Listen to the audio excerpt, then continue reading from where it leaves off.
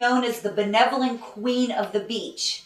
Carol, tell us a little bit about yourself, where you were born, your life. Yes, I was born in San Francisco in 1933 on McAllister.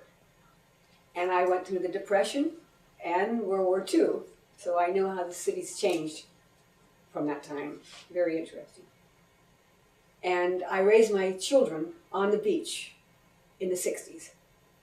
And the kids that came down there from Haight Street used to say I was the first hippie because I was a natural. I'd go in the water, body surf, teach all the young people how to body surf. I said, oh, nature's where it's at. You have to be close to nature. That's the path to take.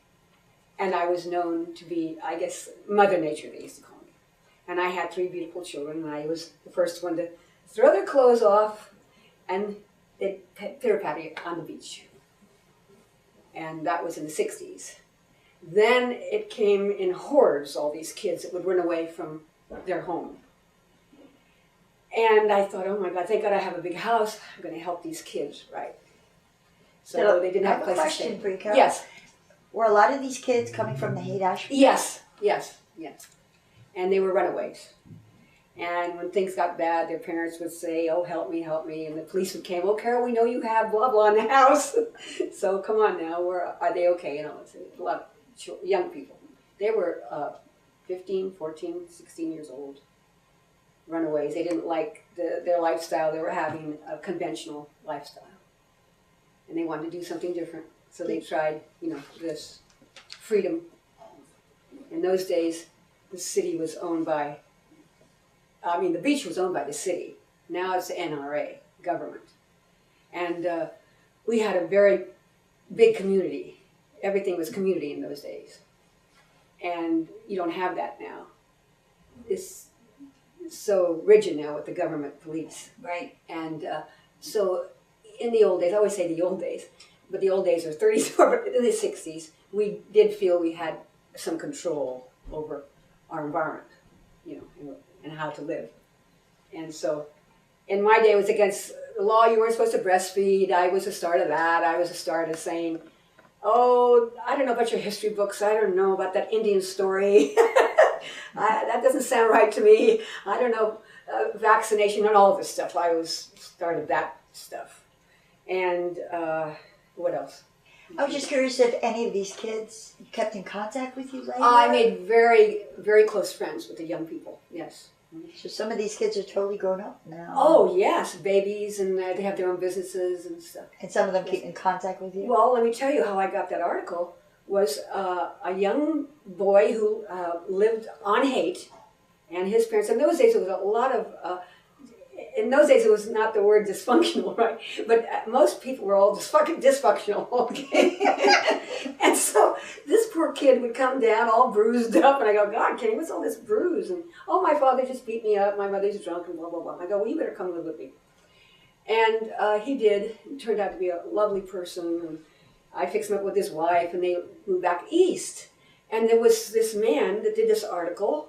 I don't know what he was doing back. What was the article and what paper? This Queen of the Beach article. This man who wrote this, what was his name? President Custer? Scott Osler. Osler. Okay, he met Kenny back east. He says, oh, I got to write one good article about somebody from San Francisco. Kenny, I hadn't seen him in years. 30 years? He says, I remember this woman that helped my life. And that's, yeah. Also in this article, I read that you're still taking kids in to this day. Well, it's not like the old days. Yes, that's true. Paper says I'm getting ripped off and robbed and sued. And I can't stop helping. I have some kind of weakness where I just can't stop it. I would call it a strength. I would call it a strength and an inspiration. Yes. Well, thank you. My last boyfriend said, Carol, it's just one thing. You're just a compassionate person. You're just full of compassion.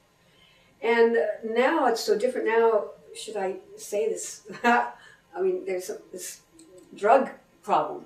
Yes. Okay. Sure. And I let people in that I don't know. This is all modern stuff, So that's a little bit of how, in the 60s, the way was with psychedelics, compared to what's different. going it was all on in now. Fun. Yes. They wanted to just what they call trip out. Expand their mind. Right. they were tired of all this conventional. The mother and father weren't that exciting. Looking for a new way. The suburbs were starting, and then urban renewal came now in the '60s, and that was hell. They chopped down, and then the neighborhood association got stopped, or else the whole place would be chopped down in the '60s. Now, what was the other? It was very interesting. Well, was on there were psychedelics in the 60s. Now, the kids would do this, like you say, mind expansion. And they were very intellectual in those days. Okay, very learned kids. They wanted to know, and they'd study. They were a lot from Berkeley too. They'd all get together and talk about the government, and this and that. And they were very educated. Right. And they knew something was going to happen. They knew they could feel something was coming down. These restrictions, urban renewal, corporate, all this corporate stuff, no jobs. The unions were being squished. It was hard times. It was nothing for young people to do. So they were trying to find what was their place in this society. And then what could I do but just say, I just wanted them to get off this. I thought it would damage your brain, right? I go, no, don't do this. That's not good for your brain. We can figure it out. The communes I was all for. Do you know anything about the communes? I never, but I had a lot of friends who went. They were going to Oregon and Mendocino and all over the place. I bet a lot of the kids that stayed then it sometimes took off to the woods. Yes, communes yes, and came back. And I took them on a lot of nature trips and stuff. So what's the difference between then and now? Would you say? Well, now technology has this where these ear things and television and computers and all this and things has changed. Video cameras. Very radical. People aren't into community anymore. People aren't communicating like they used to. And young people, we were all into getting to know. We used to go in big gangs, all of us. There'd be I'd say about 50 of us at the beach, okay? And then we'd all be interested in what each other thinks, and it's not like that anymore. I sit outside in front of my house, and people think, this crazy lady sits out in front of her house. And I say hello to everyone that walks by. I try and keep up the... Because you are still who you are. Yes. And a lot of people say, oh, Carol, you're just like the 60s still, because I jump in the water. I'm always jumping in the oceans, and I throw my clothes off. Boom, the free, spirit and all. And you still live in the same house you lived in the 60s? Yes, that's correct. And then what would be fun, maybe sometime come in the kitchen, they call it a hippie kitchen. I've got all this stuff all over. Was it there by the beach at that time? Pardon me? An amusement park? Yes, it was called Playland. And did you know anything about that place? Did you ever go? Oh, gosh, yeah. Oh, that was so much fun. In those days, everything was built for enjoyment, for families. You had to have fun. It doesn't seem that there's no place to have any fun anymore. I mean, there was big ballrooms and dancing and fly shackers. We had fly shackers. What's a fly shacker? That was the long a swimming pool at the end of where the zoo is now. Right. And that was something else.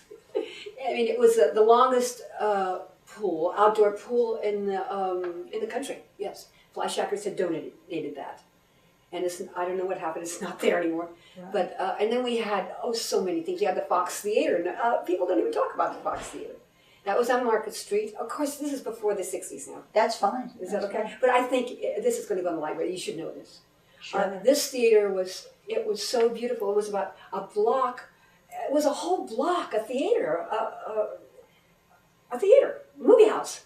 And we used to play hide and go seek in there and stay in there all day and have fun. And then George Wright was an organ player, this huge organ. I mean, it was as big as this room. And with these pipes, I don't know how many feet high. So it was so much fun. Did the kids ever talk about the Straight Theater that was on Haight Street? Okay, which theater was that? That was on Cole and Haight. There's a Goodwill store there now on Haight Street. What was it called? I forgot. The Straight Theater. Oh yeah, they used to talk about that. Or the Mind True. Oh, right. Or the Diggers. Yeah. How did you get the food to take care of these kids? Was there any help in the community? Oh, I had a good husband. He understood. Oh, go ahead. How many kids at one time would be living in your house? You would have? Oh, gosh. I had my 3. Right. And there'd be maybe, 3 more. 2 or 3. Okay. Yes. Now, how about it? I mean, do you have any Okay, kids I'm living beginning here? to take care of older. Since I'm 72, Right. I'm taking care of these people in their 50s wonderful. and 40s, and they're all on. I didn't know. I hate their method. Oh, so you're taking people in their 30s and 40s Yes, now. and You're I'm not gonna taking stop it. teenagers. Okay. I'm going to stop it. Yeah. I know. I'm still doing this. Okay. See, I think maybe some people have had the experience you had and have Yes. been hurt by it, Yes. and then they don't continue it. Right. No, I'm still continuing. I don't know when I'm going to stop. But the young kids, it's the young Yeah. kids that have no one to turn to Right. and are looking for a better way than what they have at home. Mm-hmm. The young people I talk to now are starting. They're nothing. I guess you'd say yuppies. But these kids are different than yuppies. They're highly educated kids, and they sure know about business. And they starting different businesses, surf shops, plant shops. And I'm kind of in contact with them. They're real nice kids.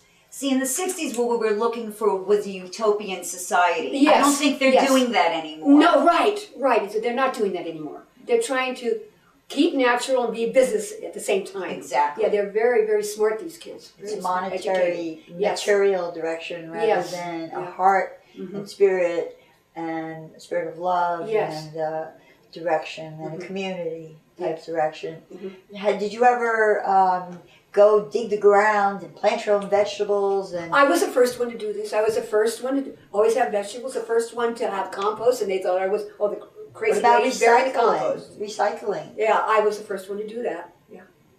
And the neighbors would complain and bring out the health department. The health department would go, oh my God, everything's okay. Was this in the 50s or the 60s? This is the 60s. Okay. Yes. I was This the first one to do recycling that. And breastfeeding started. was all taboo. You weren't supposed to breastfeed. I did that. I started that again. I started I was the first natural food. I'd squeeze a watermelon, squeeze papaya juice for the kids. I was the first health food freak. In those days, it was just one health food store in the 60s. In San Health Food Store. Francisco? Yes, it was a little closet on Clement, the first health food Clement, I store. remember it. Tom's Yes. Health. Yes. Yeah, he was a good friend of mine. And that was all this. Well, it didn't have to be organic in those days. DDT. Let's not talk about that. But anyway, I'm gone. Thank God DDT's gone. Things have gotten better in the environment. So no matter you're sitting outside your house and people that don't have a clue who you are, and I always wave. Hello. they think you're the bag lady. They have no clue. Oh right. They have think, no clue what you're doing. I go on the beach and people say, "How do you live here?" I go, "Live where?" "Oh, well, don't you live on the beach?" I go, "No, I'm here. I body surf. I go in the ocean." They can't understand it. 'Cause in the old days, like I told you, they go there to walk their dogs now, not to participate in the nature and the sun and communicating. So on one level, people that don't have a clue what you do, what you believe, and what a good heart you have. Yes. On the other level, you have got the police department calling you with a child that needs help, Yes. a school. So you had a relationship, and they would call you from schools, and Oh yes. could you tell us something about that and how? Well, these were the parents that would call, and they'd call the police, and the police would come over. They say, Wow. "Carol, you've got this child here now. Come on." Oh, they would come to pick They up would the call- children. Yes. I see. And I'd always say, "Yes, I have." Blah blah blah blah blah blah. Right. That they say, "Oh, they're safe. They're okay." I heard a story where there was a Catholic school and they had trouble, and that we got to call Carol. Oh right, yeah. Tell us about that. What Well, happened? the nuns would. That was Notre Dame de Victoire. I went to that school on Bush Street, and they knew me. Well, they go, "Oh, that's our little friend, Carol. She's the Saint Carol. She helps all the kids out." Be great someday if all these kids are grown up. You can get them all together. Yes, And see yes. what you did. Well, one for that's them. funny. One phone the other day, Rudy. I couldn't believe I had 35 years. "Carol, are you okay?" And I'm like, "Who's this?" Because I'll never forget you. I'll never go. Because of you, I straighten out my life. So that's such a good feeling. Beautiful. There's more of us like that Mhm. in the community. The children would not be sleeping in the streets. Yes, Or yes. running There away was from no. Gosh, there's so many homeless people now. You said that you had some experience in the Haight Ashbury or surrounding areas from the 30s and the 40s. Oh, in the 30s. Oh boy. How can I say? I was on McAllister Street, and in my day there was no word ghetto, but the whole city was a ghetto. And we were all poverty-stricken after the Depression. You see? And everyone was a community. And I was lucky to be born on McAllister Street, and it was a black neighborhood. Was this in the Haight Ashbury, McAllister and the Haight? No, this is that way, more to Steiner. Okay. Yeah, and it was all Victorian homes. Now it's a project. They look like prisons now. They was all Right. chopped down, and I had kind of a mean mother, so I would go around the corner, and the black people took care of me. Right, I read in this article that you Yes. you were raised by a black Yes, they raised family me. in Yeah. the neighborhood. Yes, they were Yeah. very wonderful. Yeah. Wonderful. Yeah. And they fed me, and then they come around the corner. It was like a segregation in those days. You never went past certain lines. North Beach was Italian, and Chinatown was Chinese. Right. Stanley was Irish, and you never went out. But I Snuck.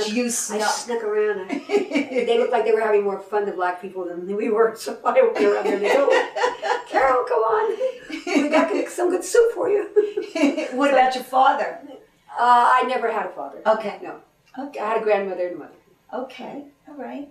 So, anything else you want to tell us about the 60s? Oh, let's see. What can I say? The 60s.